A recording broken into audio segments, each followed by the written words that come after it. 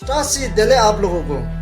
बहुत दिनों से मैं एक पुस्तक के विषय में विचार कर रहा हूँ कि इस पुस्तक के विषय में चर्चा करूँ या ना करूँ, क्योंकि इस पुस्तक से हम अपने जीवन बेहतर बना सकते हैं और बिगाड़ भी सकते हैं। बेहद विचार करने के बाद मुझे तथागत गौतम बुद्ध के अनमोल विचार याद आया।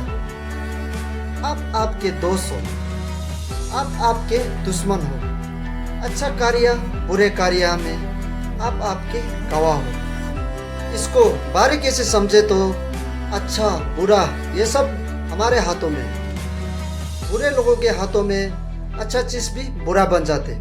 इसका मतलब ये नहीं है कि वो चीज़ बुरा है। तथागत गौतम बुद्ध उन्हें भी बुरा भला कहने वाले बहुत थे। इसका मतलब ये नहीं है कि गौतम बुद्ध बुरे थे। जो भी हो यूजर का हाथ में, जो भी हो हमारे हाथों में। तो इस वीडियो में हम कुछ नया सीखने वाले, नया जानने वाले। तो इस वीडियो का नाम है the art of war by Sun Tzu.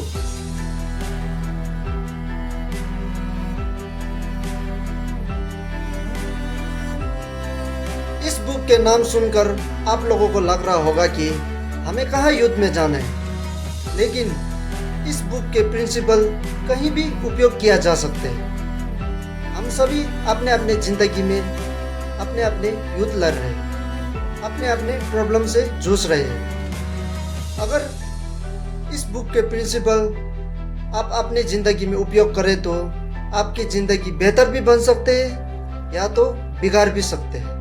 इतिहास में सुन त्सू को एशिया की महत्वपूर्ण ऐतिहासिक लोगों में गिना जाता है, जो चीन के रहने वाले थे। उनके जन्म 500 या 400 ईसा पूर्व में माना जाते हैं। उनके पैदाइश नाम सुनवू थे, जिसका मतलब मास्टर सुन। मास्टर सुन त्सू उन्हें द आर्ट ऑफ वॉर के लिए जाना जाते हैं। कहा जाता है कि इस बुक के समरी अनेक भाषा में हो चुके हैं। इस बुक में कुल 13 चैप्टर है, जिन्हें जानकर हम अपने जीवन बेहतर बना सकते हैं या तो बुरा, क्योंकि इस बुक के रणनीति कहीं भी उपयोग किया जा सकता है। तो इस वीडियो में हम जानेंगे कि केवल लड़ाई से नहीं, बिना लड़े भी जंग जीता जा सकते हैं। चैप्टर 1 योजनाएं बनाना। उनका कहना है कि युद्ध तभी लड़ा जाना चाहिए जब युद्ध के सिवा कोई ऑप्शन ना बचे, क्योंकि ये या तो सुरक्षा का मार्ग तैयार करते हैं या फिर बर्बादी। अगर युद्ध के सिवा कोई ऑप्शन ना बचे तो प्लानिंग करना बेहद ही महत्वपूर्ण माना जाता है। प्लानिंग के बिना कोई भी युद्ध जीता नहीं जा सकता। आप रसोई में बिना प्लानिंग के खाना कैसे बनाओगे? बिना कुकर के खाना कैसे बनाओगे? बिना सब्जी के खाना कैसे बनाओगे? इसलिए आथर कहते हैं युद्ध से पहले प्लानिंग करना जरूरी है। ऐसे युद्ध हमारी जिंदगी में कहीं भी हो सकते हैं, उसके लिए पहले प्लानिंग करना बेहद ही जरूरी माना जाता है। चैप्टर 2 युद्ध की तैयारी। युद्ध कैसे भी हो, उसके लिए तैयारी बहुत महत्वपूर्ण माना जाता है। अगर आपके युद्ध एग्जाम देना हो, लेकिन बिना तैयारी के एग्जाम देना, ये तो हार की तरफ जाने की समान होगा। युद्ध जैसे भी हो, स्पोर्ट्स, अपने बुरे आदत से परेशान होना, जैसे भी युद्ध हो, बिना तैयारी के आप कुछ कर नहीं पाओगे।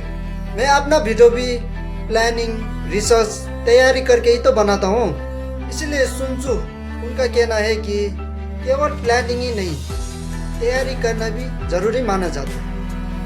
चैप्टर 3 छलपूर्वक आक्रमण।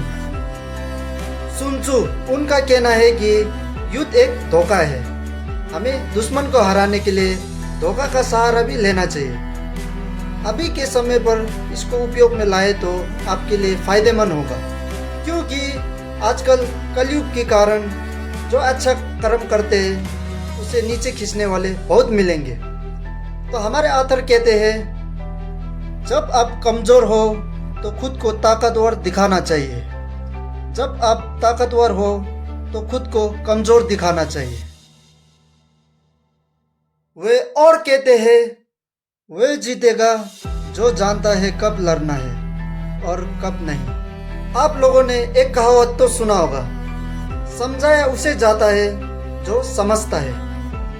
sun tzu के प्रिंसिपल आप लोग ऐसे भी यूज कर सकते हो। इतिहास में ऐसा भी कहा जाता है कि उनके विरोधी सेना उन्हें देखकर कंफ्यूज में रहते थे, क्योंकि वे ये प्रिंसिपल यूज करते थे।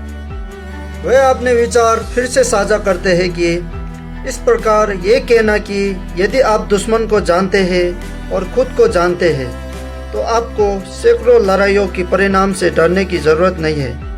यदि आप स्वयं को जानते हैं लेकिन शत्रु को नहीं, तो प्राप्त हार जीत के लिए आपको हार का भी सामना करना पड़ेगा। यदि आप ना तो दुश्मन को और ना ही खुद को जानते हैं तो आपको हर लड़ाई में हार का सामना करना पड़ेगा।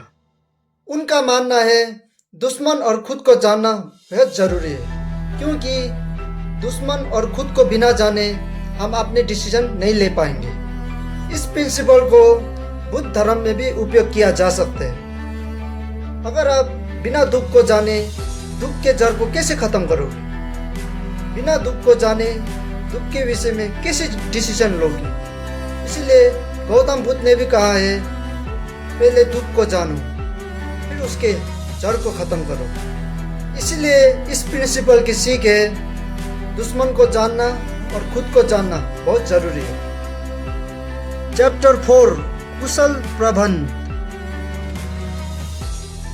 sun tzu के अनुसार अच्छे सैनिक पहले खुद को हार की संभावना से परे रखते हैं और फिर दुश्मन को हराने के अवसर की प्रतीक्षा करते हैं। इसको पॉजिटिव तरीके से समझे तो हमें किस कारण से दुख है, उस दुख को परे रखें तो जीत आपकी।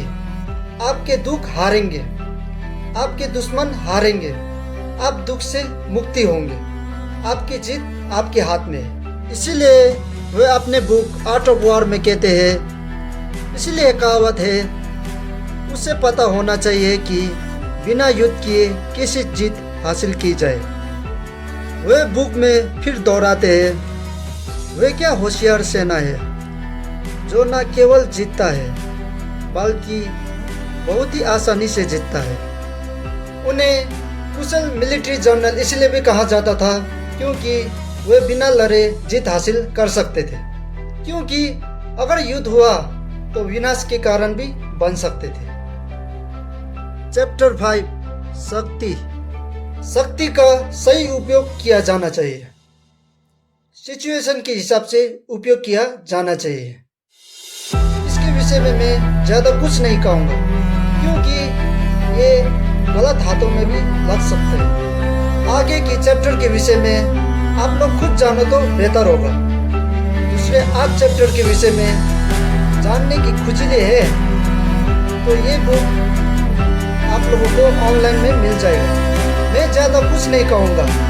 इस बुक को संभाल कर उपयोग करें, एक दूसरे के भलाई के लिए उपयोग करें, क्योंकि इस बुक से आपकी ज़िंदगी बदल भी सकती है, बिगाड़ भी सकती है। ये आप ही का हाथ है, क्योंकि आप ही के दोस्त हो, आप ही के दुश्मन हो। अच्छा कार्य बुरे कार्य में आप ही के गवाह हो। ऐसे नॉलेज की वीडियो आप लोगों के लिए लाता रहूँगा। तो फिर मिलेंगे ऐसे ही वीडियो में चलते चलते।